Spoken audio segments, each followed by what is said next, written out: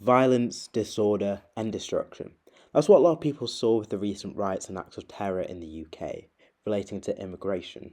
A lot of what I've researched and what I'll be responding to in this video are points made by protesters and counter-protesters in a video by Channel 5 with Andrew Callaghan. Some of the people in the video are anti-Muslim either outright or subtly, some are anti-migration as a whole, while others are pro-migration but are asking to stop the boats, aka asylum seekers coming to the country in small boats. Although a lot of what the people claim or say points about in the video just seems to be blatant misinformation, so that's what this video is. Firstly, disproving misinformation around illegal migration, then asylum seeking, investigating how we got to the point that people are rioting, and hopefully how we can solve it and prevent it in the future. Most people that enter the UK are migrants who will come in through legalised routes. These are through getting visas. A migrant is a person who moves away from his or her place of usual residence. Usually it's within a country, but today we're talking about it across international borders. In 2022, 1.3 million people who entered the UK as migrants entered through organised visa routes. These are people coming on visas to the UK to work or study. And the biggest reason people want to work in this country is to become social healthcare workers.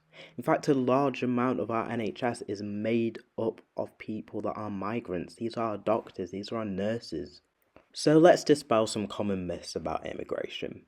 A common claim is that migrants are a burden to the UK economy, but in actual fact, migrants help reduce the national debt. Another myth is that migrants are a burden to the NHS, when in reality, migrants are a net positive to the NHS, and they are net contributors. That means that they contribute more than they take out. As I just said, a huge amount of people that work in our NHS are immigrants. They are migrants. Another claim is that migrants commit a massive amount of crime, and that they commit a disproportionate amount of crime to people that were born here, as in migrants commit more crime than people that were born in the UK. This is simply false. Migrants commit just as much crime as other people who are disadvantaged in this country. There's a common talking point about migrants stealing jobs. This view kind of just depicts migrants as these parasites here to steal jobs from the natives of the land. The first thing wrong with this is that it's a dehumanized view at looking at migrants and asylum seekers. They can be active members of the economy. They spend money in the same shops and businesses as everyone else. Migrants can create their own businesses. When migrants spend money as a part of the economy, they help to create jobs for everybody else. The UK as a whole is really good at creating graduates. Whether that's people with medical degrees or Bachelor of Arts, every single college or sixth form you enter will incentivize you to go to a university. Graduates are less likely to enter low-wage work or service work which a country needs to survive. This is where migrants come in. Migrants from abroad are really good at filling gaps in the service or manual sector. Also, there's no proof that they take away jobs from British nationals. Another common talking point is that migrants lower wages. This can be slightly true in low-paid sectors, but much more important factors in whether wages rise or fall are the financial crisis that we find ourselves in, aka the cost of living crisis, but it's also combated by the literal year-on-year rise in minimum wage. There's also a common claim that immigration is to blame for an increase in house prices, but there's no definitive research behind that. And also house prices is determined by a range of factors, so blaming it up to just immigrants is boiling something really complex down to one thing. For example, wage growth can affect house prices, availability can affect house prices. Now, what about stopping the boats and irregular, aka illegal migration? In 2022, 45,755 migrants came by small boat crossings, a record number, but that's still insignificant compared to the legal migration numbers. So, why do people come by small boat? Most of these people are asylum seekers, as in someone seeking international protection, often fleeing war or political persecution. Others are coming to the UK illegally in hopes of finding more opportunities. Many come from countries like Syria, Afghanistan, and Iraq, where many homes have been destroyed and people made homeless due to fighting. Particularly in the cases of Syria, Afghanistan, and Iraq, these are countries the UK has helped destabilise. either directly by sending troops or indirectly by supplying weapons. For example, the UK and US's campaigns against Iraq and Afghanistan, and the supplying of weapons to the Saudis, who then supply them to Syrians. And as one of the most powerful nations on earth, why don't we use our influence to help foster peace so that these nations aren't going to war and causing migrants to flee all over the world in need of protection? The reason as to why asylum seekers are demonized comes down to how they are represented in the media and by our politicians. The demonization of asylum seekers and migrants has been built up over many years by newspapers such as the Daily Express and the Daily Mirror. Comments by the Conservative Party about stopping the boats and the Rwanda scheme, and Reform UK largely running on just the immigration issue, made immigration into a very large issue for British voters. The Tory government very much made immigration and migration crossings into a big issue so it could present the Rwanda scheme as a big solution to earn favour with the public. Of course, that scheme was really stupid, but its effects were still massive. Migrants and asylum seekers are just people coming to the country for a better life and willing to contribute to its economy, or are willing to learn how to. Asylum seekers are people fleeing conflict and looking for a better life, but they're often presented as here to steal jobs, cause terror, or leech off of the system. This is even an issue in the US, where President Biden failed to win the framing war in how to represent the unprecedented flow of migrants, as mostly people wanting to provide for their families and escape political persecution. If we just reframe how we think of people risking their lives to cross the sea as people desperately trying to escape war and gain a better life, stopping the boats and sending them back to where they came from seems so much more heartless. When we start talking about migrants like actual human beings and not cattle, suddenly the issue becomes more complex. We can't stop the boats in the sea because that breaks international law such as maritime laws and human rights laws, as it puts people's lives in danger. We can't just ship them off back to their country of origin because we have laws protecting their rights to claim asylum. We can't just ship them back to France like an Amazon parcel because that creates the same issue for the French government. So, why are people angry at these small boat crossings? Surely, since it's a small amount of migration, it shouldn't affect them. But it does, in places like Southport. When migrants come legally into the UK, such as with Ukrainian refugees and Hong Kong refugees, they are able to be distributed evenly across the country. Whereas the problem with small boat crossings is that they are often concentrated in small local seaside authorities like Southport. The previous Conservative government also came under criticism for accommodating asylum seekers in some of the most deprived areas in the country. Southport is dependent on tourism for its earning of money, and if migrants are housed in the hotels, they can't be used for tourists who are going to be big spenders in their community. And obviously, this isn't the fault of the asylum seekers. Like, they're staying in these hotels because they have no one else to stay with and they have nowhere else to go. But it was another stupid move by the previous Conservative government that was obviously going to go wrong at some point. The actions of the previous Conservative government almost certainly helped to lead to the current situation we find ourselves in. But those hotels that the rioters, vandals, and extremists wanted back so bad, they were burnt, attacked, broken into, and vandalized as a part of riots.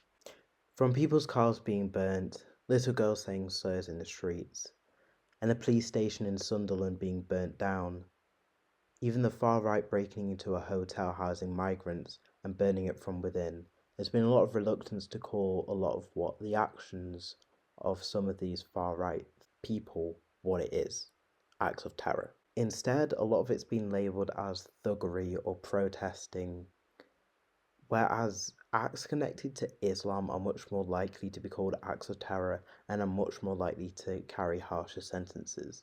Two-tier policing absolutely exists in this country.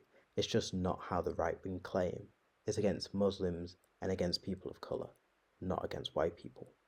Frequently, especially in the Channel 5 video, I heard one of the talking points keep on being about Muslim men running amok with children. And then in my research, I found that this was because of an isolated incident in Rochdale where a grooming gang of predominantly Asian men was allowed to flourish. Also, it must be noted that this incident in Rochdale happened in the 2000s, and also the police have improved their process since then. But again, instead of blaming the police or the government for poor policing and poor policy, it's easier for the far right to say, get all the Muslims out, instead of thinking logically, asking the police to do a better job, and taking this as a minority that isn't representative of the whole. Also, it's in the far right's benefit, and it fuels their narrative to take these isolated incidents and blow them up way out of proportion. We can even see this with the Southport incident. The misinformation about the man that committed the incident being an asylum seeker was used as an argument to kick out thousands of asylum seekers. Though later this was revealed to be misinformation. Misinformation and over-exaggeration are the far right's biggest tools to create fear. Bad apples aren't representative of the whole tree, and even if the Southport incident was committed by an asylum seeker, the thousands of other peaceful ones still deserve the chance at a better life. In the logic of the far right, it's easier to just say, kick all the Muslims out, instead of asking the police and campaigning the government to take better policing measures so that isolated incidents like this don't happen. But the idea of blaming migrants for problems that they haven't caused and haven't gotten anything to do with is a common thread in both the protesters and the far right's logic.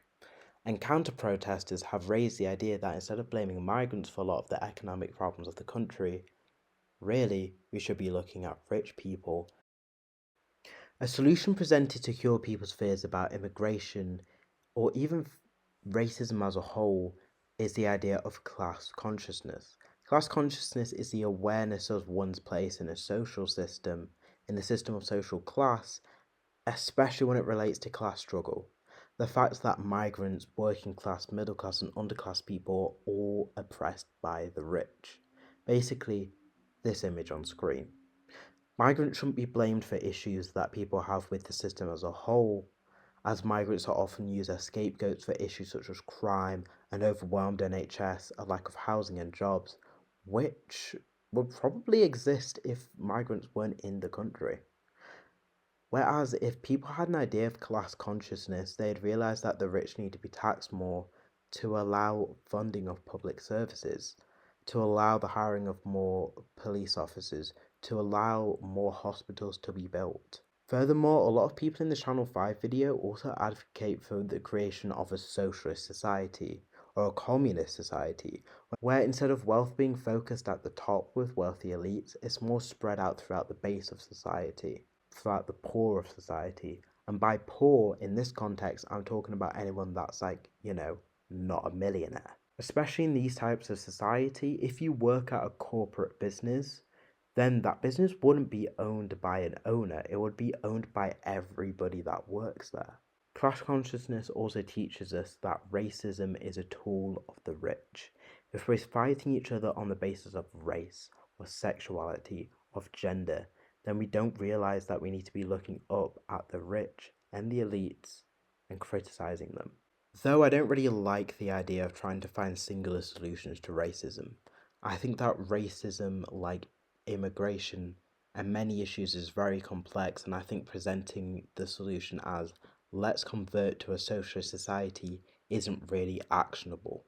Though I'm a supporter of the ideas, I just think there need to be smaller, actionable solutions. So, what are the solutions? Firstly, what can we as regular citizens do? Well, we've already kind of done it by watching this video and by me making this video. We've kind of educated ourselves a little bit more about the misinformation and facts surrounding immigration. I think this educating ourselves is a really important part of countering a lot of what's going on here. Politics and history relating to immigration isn't really taught in British high schools, so it's kind of up to us to teach ourselves.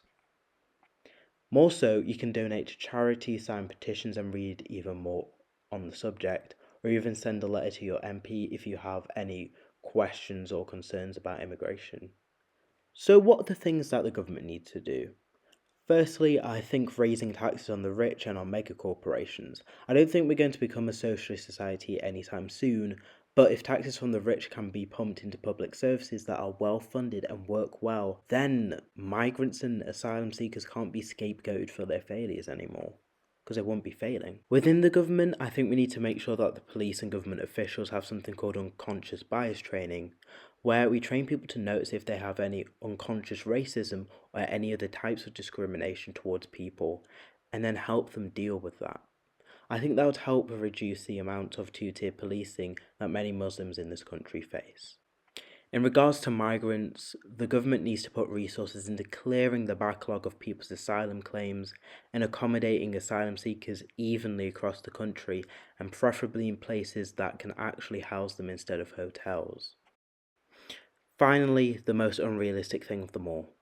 As nations, the UK, the US, and other developed nations need to use their influence to foster peacekeeping efforts so that countries don't go to war, causing mass devastation that sends their citizens off to other countries in hopes of being safe. I hope you've enjoyed the video. I hope you've learnt a lot about migration, whether you knew something about it or nothing about it or a lot about it. I hope you've gotten something out of watching it. I know I've certainly gotten a lot out of making it. Alright, thank you. I'll see you later. Stay safe out there.